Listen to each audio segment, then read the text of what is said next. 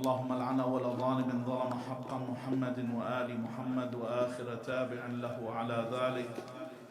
اللهم لعن العصابة التي جاهدت الحسين وشايعت وبايعت وتابعت على قتله، اللهم لعنهم جميعا. ثم الصلاة والسلام على خير خلق الله أجمعين محمد.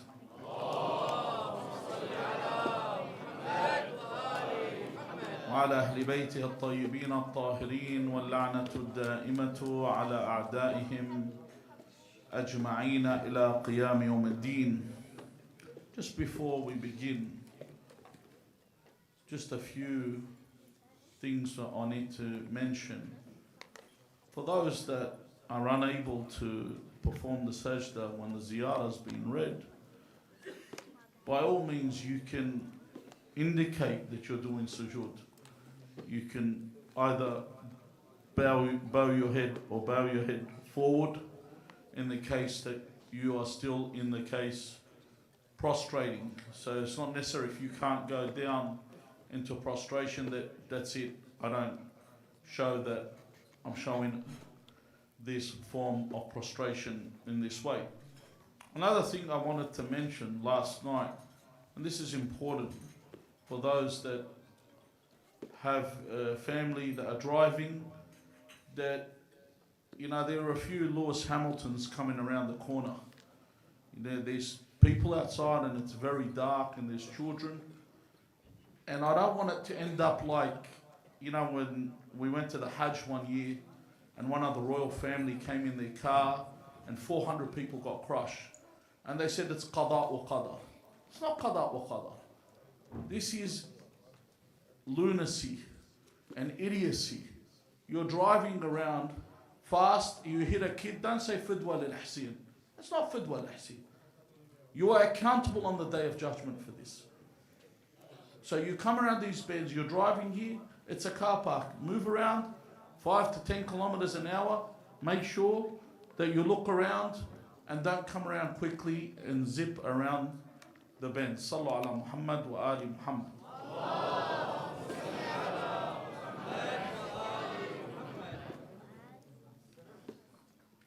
Many actions and revolutions and resistances are taken under the pretext of reformation. That we're here to fix everything for you. That's why we're here. 20 years ago, the Americans came to Iraq telling the people we are here to remove Saddam and we're here to fix your country. They didn't tell us about the straw that they had in their pocket to suck out the resources of our countries. ISIS, several years later, came to Syria with the same intention, reformation. We're here to fix the place. Likewise, the usurpation of the caliphate that was mentioned, we're here to take control because there is a bit of a ruckus in order to eliminate all the problems, and they justify it. Likewise, the allegiance of Yazid ibn Muawiyah, that his allegiance and his status was there for reformation, and all those around him, including scholars at the time. When we say scholars by their standards, like Abdullah ibn Umar, by their standards, was one of those that called and said that the bay'ah or the allegiance of Yazid is a legitimate allegiance that people must give, and this is for the benefit of Islam. And then a question comes in as to why the Imam set out on his journey, or embarked on this journey. Was his purpose power? Was his purpose to vie for rulership and dunya? Many people come up with different, every year you hear someone that has a different understanding. And they try and give you reasons. And everyone wants to try and get political and philosophical about the agenda of God. Because when you talk about the Imam, you are talking about God's representative on the earth. The prophets are God's representatives on the earth. They represent God. There's no agenda other than what God wants. So what does the Imam say about his journey that he is set upon? We go towards the narration, and you have all heard this over and over again, where he says, وَإِنِّي لَمْ أَخْرُجْ أَشْرًا وَلَا بَطِرًا وَلَا مُفْسِدًا وَلَا ظَالِمًا. What does he mean when he says this? If I say that I haven't set out Ashiran, what does he mean by that? Yani, you know, when you see the situation in Gaza, and you see all these people getting famous from it. One of the, and I'm not going to name them because they might have other intentions included, but a lot of people got famous from this, where they'd actually get onto TV and have a debate, and they would make their fame from this, that I'm supporting this, you know, or I'm going with this cause so I can bolster my portfolio and make myself famous. If you look, remember when celebrities go to Africa and they adopt a child? So people can say, wow, look at them, they're so affectionate, they're caring, or they say, when I die, I'm going to donate half my fortune to the poor. In all this, they want to let people recognize them and see their station and their position. This is what Ashiran is. Ashiran means that you are doing something superficially, that I have a hidden agenda, that I'm doing it, it's fake. So he said, I haven't come out with this intention, that I'm just saying, Wallah, this is the right thing to do, you know, witness as I do this. And then he says, nor have I done it, where he mentions batila. Someone that does something like that is someone that is conceited. It's for a personal advancement as well. It's similar. But someone that is so proud to the extent that they are insolent. Yani they are just going against the authority because they're above that. Like a child that refuses to acknowledge the authority of their parents is someone that falls under this category. And then he says, nor am I a mufsid. A mufsid is someone that causes corruption in the land. You know, because that's the first thing they call you. You know, these labels, for example, and we learn this from the ruling authorities. If you are someone that fights and you're legitimately acknowledged by the ruling power, what do they call you? A resistance. But if you fight and the ruling body doesn't acknowledge you, what are you called? An insurgency. See the difference in the term? Because one is what? Validated by the authority, accepted. You know, they've given you the stamp of approval, while the other has not been validated by the authority, nor has it been given the approval to rise. So they label them in this manner. They call them what? Mukharribin. Mufsid fil ard. They'll use the Quran to back this up. They say the Quran says you have to kill the ones that do fasad fil ard. And these people are mufsidin. The Imam says, I'm not here to corrupt the land. That was the same argument that Pharaoh used against Musa alayhi salam, that this person's here to corrupt and destroy our way of life. And then he says, wala dhalima, which is evident. Everyone knows it means an oppressor.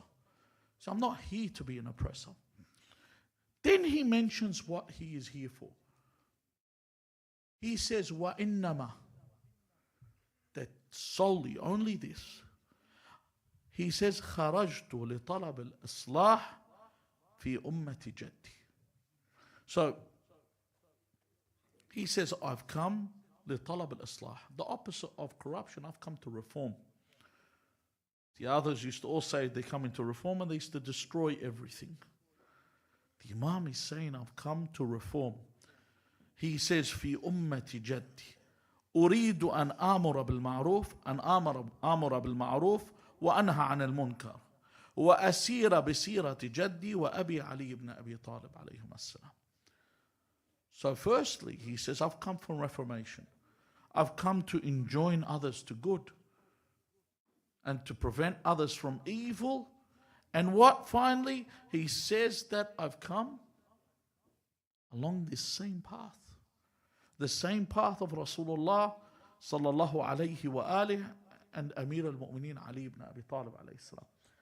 You see this also when you are studying the life of Ali ibn Musa Rida alayhi salam, that when he is to pray, in a narration says when he was praying in front of the people, they said, you know, this is the prayers that we were told of how the Prophet used to pray.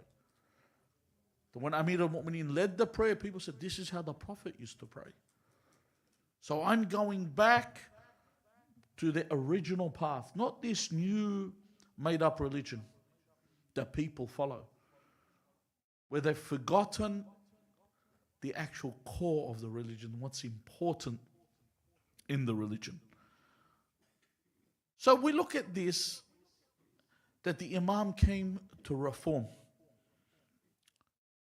See, the reformation for you and me, before I can go along this path, the reformation begins, as they say, charity begins at home. The reformation begins with ourselves. You're always told, in the Quran it's mentioned, Ya ayyuha alladhina amanu alaykum anfusakum. It all begins with me. What are you doing? Where are you in your life? At what point in your life are you? And once that reformation is with me, it's also with my family. قُوا أَنفُسَكُمْ وَأَهْلِيكُمْ. You and your family. Now, this is what we're going to be talking about, firstly with an introduction tonight, and tomorrow night in what the resolution is. Because everyone has identified this problem, unless someone's been living in the sticks and doesn't know what's going on.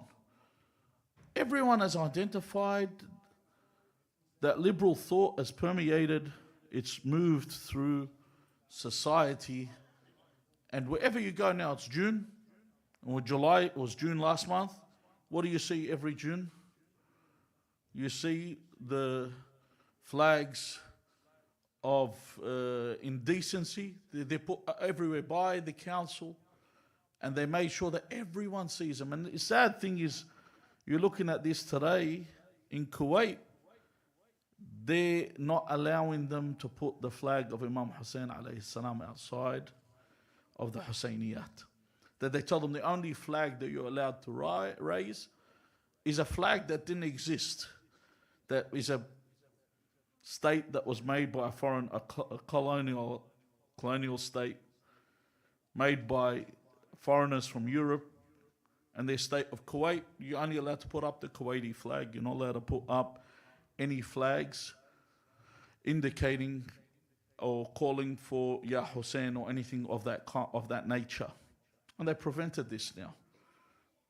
Whereas you look at the world around you now, they'll put every other flag and they'll push this liberal thought into your schools, into the way you think, into your television, on the advertising they put, in the games.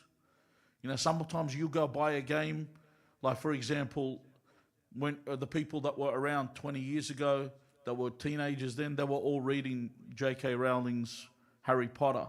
And then all of a sudden she said, look, Dumbledore, you know, used to bat for the other team. That's it. So that's it. That's what happens, and people accepted that. And they wanted to push this even in gaming. They put a game, there's a character you get associated with, and then they tell you, well, you know, this person, you know, moves to both sides. And then all of a sudden, even Even one person was telling me he was playing a game, and this was like one of those games where they have sequels upon sequel. And in one of the games that he played, and I don't want to get into too much detail, but he said the main character is actually he's a catcher in the actual game. And to put it in a way where I'm not going to go into too much detail. To that point, they've pushed it into everything and every agenda that exists. And even in the Islamic nations, what are we left with?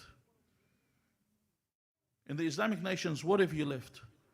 You're left with Islamic architecture and the occasional hijabi that strolls between a few scantily clad women. What's left? It's all over the place. At times, a problem like this is only temporary. And it could end at some point, and it will allow us to breathe. You see a fad go through, suddenly it disappears. It only comes for a few years, and then suddenly it's gone. Hey, boys, I hate to break up your party, but if you want to hold the discussion, either spread out or hold it outside. You need to pay attention. It makes it easier for me to talk. Sallu ala Muhammad wa ali Muhammad.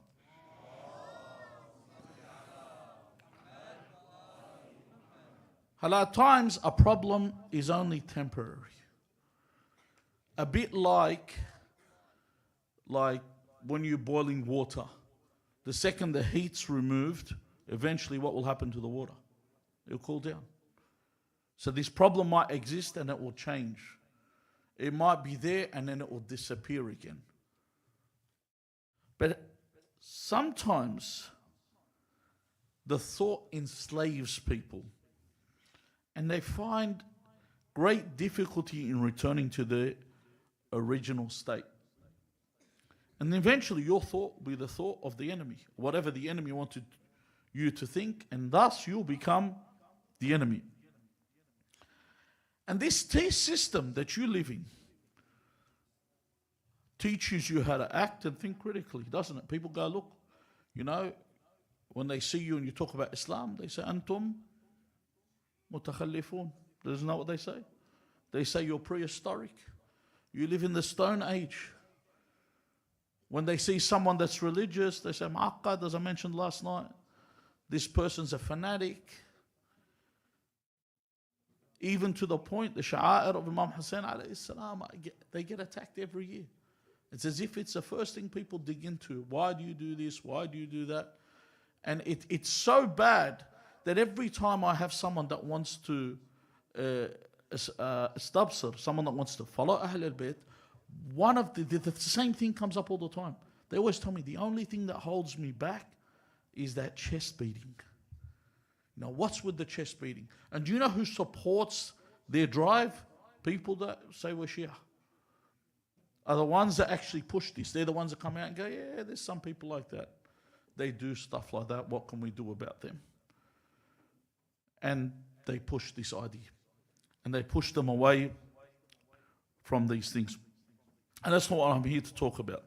Now, they teach you in the West, they tell you, and the system that we live in, they teach you to think and act critically. However, they tell you what you can think and act critically about. The environment, of course. Everyone's green. No one wants you to litter. No one wants you to kill indigenous animals and also indigenous peoples. When we say indigenous peoples, we're talking about the colonials, not the ones that were there first. Their lives are important. If they have a shade of brown or two, well, that's just another thing, They're expendable. They can be killed, especially when they're offshore. And they even show you this in their ways, where they keep them in clusters, in camps away from the mainland, so they can do what they want. And this system comes into people's heads. And you'll see actual people that are the most racist and the most xenophobic people are who? The ones that are immigrants. Because they say, yeah, these people didn't come the right way to the country. And when someone says, you didn't come the right way, what's the right way? Was I supposed to come here on a ship and turn up and slaughter the people on the land and then take over the country? Because that's the way you came. Is that the method for me to come in? So they tell you how you can critically think, and that's the only way that's accepted. They teach you human rights, but later you discover you were never included in the human rights that they were talking about. And you saw this year, and I don't want to go too far. This year, you saw a reputable Jewish businessman put a bomb on a man's family car and get a slap on the wrist. It wasn't even looked in, not even investigated. No one really cared about it. So you know there are double standards when it comes to the laws in this place. But however, the problem is this way of thinking has infiltrated every aspect of our life. People don't see this because most people read the mainstream newspapers and they watch mainstream news. Now, before we get into this, and we have identified this threat to our identity and our existence, one of the worst things you can do is forward conspiracy videos to other people. So all you do is you make everyone go crazy. And then they start calling me and tell me, oh, I'm going to go overseas to raise my kids. That's the first thing they start doing. The problem is you're not supposed to make people panic and go mad. So how do we resolve this? This is what we're going to talk about in the following nights. First, I'm going to give you the solutions that people put up. The first solution, before we go there, before I get into the solutions, you've got to remember that a bad seed is a bad seed. What do I mean by a bad seed is a bad seed? See, Prophet Adam had 2 sons. These sons didn't have bad parents. They had good parents. When we read Ziyarat, Warith, we say, Assalamu alayka ya Warith. Adam what? Safwatillah. You're talking about a purified creation of God, is the father of these 2 boys. They didn't go to a bad school. There was no schools back then. They didn't have bad friends. There was no one. It was just them and their parents. The environment might have not been, the ambient environment might have not been bad, but the shaitan still exists. The dunya, and it beckons you, that's still there. And the nafs al-ammara bis-su', nafs al-ammara bis-su', your inner desire, your carnal nature that you want, it's still there. But when I say a bad seed is a bad seed, you can work hard. You see people tell you, oh, I take my son ziyarah. He goes to the Hajj. I've always taken him to religious places. I've taught him the Quran, this. You know, sometimes there's land that's fertile and it rains and you get growth from. But sometimes there's land that's infertile, that's barren. Doesn't matter how much water you put on it. It's a bad seed. So that's as a disclaimer that if you got a bad seed, doesn't matter what you do with it. It's a bad seed. You know, that's it. It's part of the bala, and it happens to the best of us. Nabi Adam, Nabi Nuh, and we can go on and on. There was others that we could also mention. So let's look at the first method that people try to do, and that is to curb and constrain. What does that mean? What they do, many people attempt, and I saw this when I was young, where people will do a form of prevention. Like you go to people's houses, no television. My kid can't watch TV. TV is evil. That's what they have in their head. No internet. I remember one guy I spoke to, he said to his brother, he was with me somewhere, this is overseas, not here. And his brother was calling him and he answered, and then he was speaking like he's talking to a female. And I said, you know, you're speaking with a lower voice. Your brother goes, no, my wife goes to my brother's house to use a phone. I said, why? He said, I don't give my wife a phone. And I said, why is that?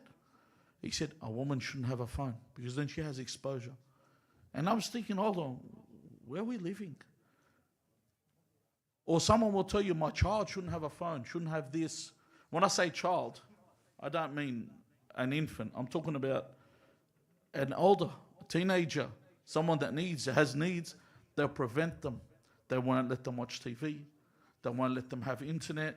They won't let them have a phone. And with all this fails. Why? Because you might do everything you can to prevent the evil from coming in. But as the scholars would say, that, you know, when there's water, say water surrounds a place, the water will keep moving around till it finds what? A crack. And it will enter, it will seep through. So as much as you try and prevent, it's going to enter. Whether you like it or not, there's a way that the evil will enter. You can't use this preventative method. You can't just constrain and say that's it, it will go away. How many nations have you looked at that have failed today and in the past to rule with an iron fist? In Halak, North Korea is still going, but God knows for how long before they fall, because everyone remembers the might of the Soviet Union and the Iron Curtain. You would go to East Germany and West Germany, it was two different countries. Just like you look at South Korea, North Korea, two different countries. But how long does this hold? This preventative measure, does it work? No, it won't bring you success. Neither will flying overseas. When someone says, I'm going to go take my kids, and I might say something people are going to get upset with, but I'm going to say it. You know, when I went to the holy cities, and you just go outside from the shrine, just a little bit, you see about the same amount of limp-wristed people as you see in Sydney CBD. Serious. And if anyone wants to beg to differ, I'll take you for a drive and you will see it. So wherever you go, it's there. Wherever you go, you're going to see the same poison. How many times you go to a shrine? Go there. I was once in Makkah al-Mukarrami, and a taxi driver picked me up, and he was from Ahl Makkah. This was back this was about 25 years ago. Now most of the people that drive from the subcontinent. And I asked him, where are you from? He said, I'm from Ahl Makkah. I said, how many times have you performed Hajj? He said, well, I haven't had a chance to go to Hajj. And this man would have been north of 60. So I said, well, have you done even a Umrah? He said, no. Then he said something to me that jolted my whole body. He said, I have never seen the Kaaba. He has never seen the Kaaba, and he lives in Makkah al-Mukarram. People might say, oh, that's because, you know, he's from another sect. No, no. Go to Karbala or Najaf. Go a bit out from the shrine. The locals, see how many of them. I met one guy in Karbala, 300 meters he walks away from the shrine. He told me, I haven't been ziyarah in 18 months. I said, why? He said, oh, I'm busy. People are traveling how many kilometers? Thousands of kilometers to go visit. So you think, all right, I'm going to take my child overseas and things will change. No. This prevention and this blocking out only makes them want more to get out there and see more things and do everything and try everything. This doesn't mean the opposite, let the kid go out and do what he wants. No. So the first thing is the prevention doesn't work. The other thing is when you indoctrinate them with propaganda. Giving them those stories, the fairy tales that aren't true, and then later they discover you've been lying to them. This is another problem. And people do this. When they want to teach their children, they give them tales that are not true. They indoctrinate them in the same way that when we were at school, we were indoctrinated. When we were children, went to school, those that already are still children, I used to like Captain Cook when I was a kid. I used to think he was awesome. Why? Because he discovered Australia, because no one was living here till he got here. No one was living on these lands. That's the way we understood it. They came and they were all good to the people, they were fair. They gave them things, and they gave them food, and they gave them liquor. God knows what else they gave them. And that was our understanding until I got older and then began to see what they actually do when they colonize. You want an example, a good example of what the early settlers did to the Aborigines? Go look at the way Israel deals. You'll know exactly how they dealt with them. An occupying state. When you see the way an occupying state works, that's exactly how Columbus worked in the Americas. That's exactly how Philip and King and Hunter and Macquarie, all those that came here, that's exactly the same way that they dealt with the people. So you can understand, not this sugar-coated history that you're given. So when you try and indoctrinate them and give them the wrong information, this is what will happen. Now the question is, what are we supposed to do? How do we resolve it? Inshallah, tomorrow night we'll talk how you resolve the problem that we have when it comes to our children. The journey of Imam Hussein alayhi salam from Mecca, if you look from the journey from Mecca all the way to Medina and then to Karbala, is about 1,500 kilometers, 1,500 kilometers. It's further than Sydney to Brisbane, if you look at the distance that you're actually traveling. The Imam along this way stopped at 38 stations, 38 stops that they had, and at each stop he would talk to the people and he would call the people. And one of his most famous sermons that he mentioned was when he says, خط الموت على ولد آدم مخط القلادة على جيد الفتاة. In other words, he was saying death is a certainty.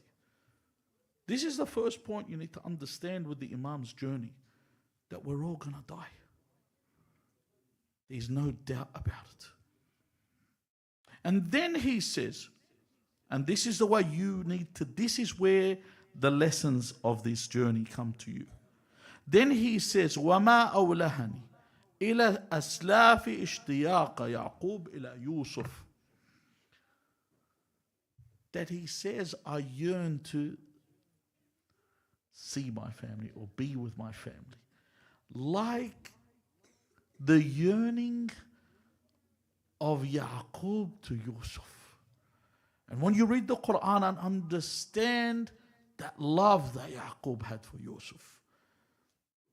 This is when Amir al-Mu'mineen Ali ibn Abi Talib alayhi salam is on his deathbed. What did he say? He said that your grandfather Rasulullah and your mother Fatima and my uncle Hamza and my brother Ja'far are all waiting for me. And you want me to stay? This is the way a believer has to be. A believer has to be so comfortable with death. Has to have a familiarity with death. لَوَلَوْلَا الْأَجَلِ الَّذِي كَتَبَهُ اللَّهُ عَلَيْهِمْ لَن تَسْتَقِرُّ أَرْوَاحَهُمْ فِي أَبْدَانِهِمْ طَرْفَةَ عَيْنٍ. If it wasn't for the set time that God Almighty has written for the righteous, he says their souls would not remain in their body. One of the reasons, he says, شوقا إلى الثواب, that the believer lives.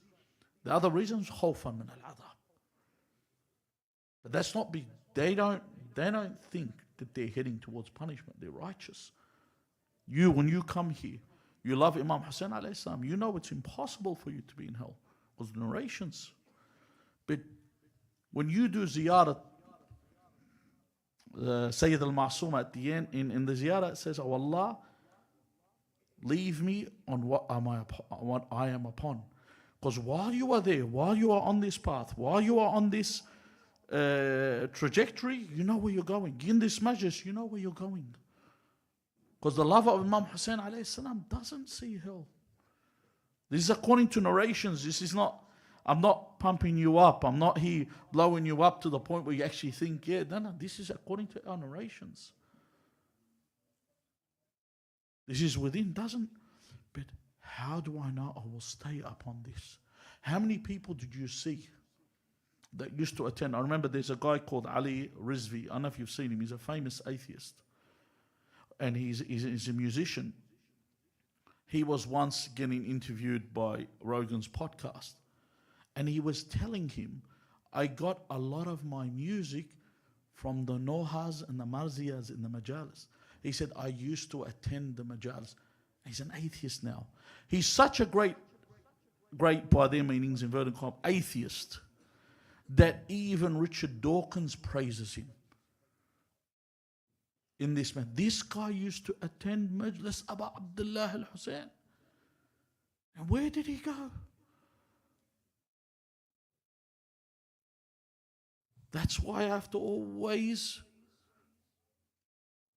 make that reformation within, so I can feel that comfort with death and have that preparation. What the Imam says, that I have a yearning, the yearning of Yaqub to Yusuf. And then he says, I'm cutting out a bit, but then he says, كأني بأوصالي تقطعها عسلان الفلوات بين النواويس وكربلاء. Now, here what the people say, sometimes you might see people say it's as if he didn't know what he was heading to. Not only did he know where he was heading, he gave you the details of how he would be killed.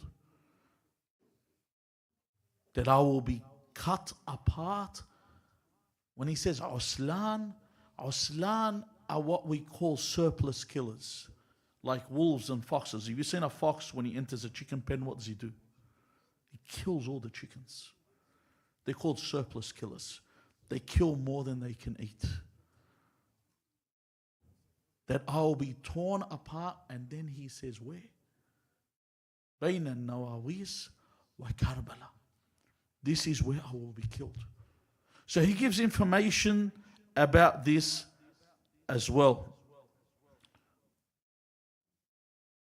Finally, and I'll mention these two parts in this sermon because you're going along this journey. Then he mentions رضا الله رضانا أهل البيت. Firstly, you need to understand that what they accept and what they are pleased with, Allah is pleased with, and vice versa. Why? Because they're God's representatives. Allah will not choose other than that. They're pleased with you, Allah is pleased with you. And what Allah decides, they are pleased with, regardless of what this is. And he says, نصبر على بلائه ويوفينا أجور الصابرين. So if we are patient over the trials that Allah inflicts us with, we will get the rewards and mentions of those last night that are patient. And finally, he turns to you. Not only the people that are there. This is a universal and a perpetual message. Rasulullah sallallahu alayhi wa alihi wa sallam was not sent to the Muslims. You give me a hadith that says he was sent to Muslims. وَمَا أَرْسَلْنَاكَ إِلَّا رَحْمَةً لِلْعَالَمِينَ. Whoever wants to accept him, accept him. Because when he came, he didn't come to people that were saying Assalamu alaikum. They were mushrikeen. And then he said, who wants to come to Islam? Ahla wa sahla. Imam Hussein alayhi salam is giving a perpetual message for everyone. He says, he says, Man kana badilan fina muhjata. That this is an offer of a lifetime. The ones that want to give their hearts to us, the blood within their hearts. And then he says, وَمُوَطِّنًا عَلَى لِقَاءِ اللَّهِ نَفْسَهُ فَلْيَرْحَلْ فَإِنِّي رَاحِلٌ مُصْبِحًا إِنْ شَاء اللَّهِ. Now, he's given you this opportunity that we are going in this direction. That you want to either come with me or you don't want to come with me. That you want to embark on this journey with Imam Hussein or you don't want to embark on this journey. And obviously you are here, your hearts are set upon this path. To follow with the Imam, this offer of a lifetime that you cannot turn away. And you remember when you do Ziyarat al-Arba'in, one of the most important parts in that ziyarah is when Jabir mentions what? That we will be with you. And he is questioned, how do you say this? He said Rasulullah had said, because Jabir had met Rasulullah sallallahu alayhi wa alihi, if you are pleased with the people and their actions, where will you be? With those people. So if I like someone or I follow someone that does righteousness and follows the righteous path, I'll be with them. So we embark with the Imam on this journey and we arrive with the Imam when he arrives into the land of Karbala. This is what this match is about.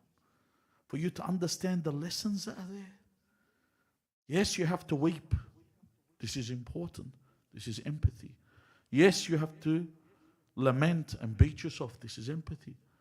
And we do whatever we can to show our empathy towards this tragedy. But if I do all this and then I leave and my salah is last second and I'm still mingling in the wrong places, then what are these majlis for? What's the purpose of these majlis? What do I do? Just come here and eat a bit of zad of Imam Hussein and walk out? This isn't what you're here for. You're here to embark with the Imam. And yes, you can be with the Imam in the hereafter. Why do people just strive to get into the bottom level? We ask Allah Azza wa Jal not to take us from this world until He is pleased with us. وهذا والحمد لله رب العالمين وصلى اللهم على محمد وآله الطيبين الطاهرين.